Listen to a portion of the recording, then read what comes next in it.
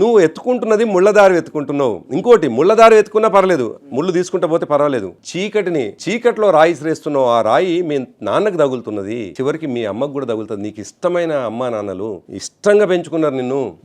అసలు ఈ ప్రపంచంలో కేసీఆర్ గారిని ఎప్పుడు మేము, ఎందుకంటే ఆయనతోటే ఉన్నాం కదా, కేసీఆర్ గారిని ఏదన్నా గట్టిగా మాట్లాడగలుగుతుంది అని అంటే ఒక కవిత మాత్రమే మేము ఇంటర్నల్గా మాట్లాడుకునే వాళ్ళం. అంతెందుకు, ఆమెనే తన ఉపన్యాసంలో ఒక మాట చెప్పింది, నేను ఏదైనా మాట్లాడే చనువు ఉండే మా నాన్న దగ్గర. నేనే ప్రత్యక్షంగా 3-4 సార్లు చూసినాను క్రాంతి. ఇట్లనే రూమ్ ఉంటే కేసీఆర్ గారు రూమ్లో సహజంగా ఎక్కువ ఆయన డిస్కషన్స్ ఎక్కువ పెడతారు. ఏది చేసినా అవర్స్ టుగెదర్ ఉంటుంది. ఒక కెమెరా మీద డిస్కషన్ పెట్టాలి అంటే ఒక 2 రోజులు ఉంటుంది. ఆయన మొత్తం కెమెరాని మొత్తం పోస్ట్ మార్టం చేసి అక్కడ పక్క పెట్టేస్తారు ఆయన. ఇక మళ్ళీ కెమెరా మీద చర్చ ఉండదు ఇక మళ్ళీ. సో అట్లుంటుంది ఆయన చర్చలు అనేటువంటి. సో ఆ రూమ్ ఒకటి ఉంటుంది, ఆ రూమ్లోనే చర్చలు సహజంగా ఉంటాయి. అయితే ఆ రూమ్లో నేను 3-4 సందర్భాల్లో చూసినాను ఆమెని. కేసీఆర్ గారు జస్ట్ ఇట్లా వాష్రూమ్కి పోయేచేలో మాకు చెప్తుండే, అన్న నేను నాన్నతో మాట్లాడింది, మీరు అందరు బయటికి వెళ్ళండి అని చెప్తుండే.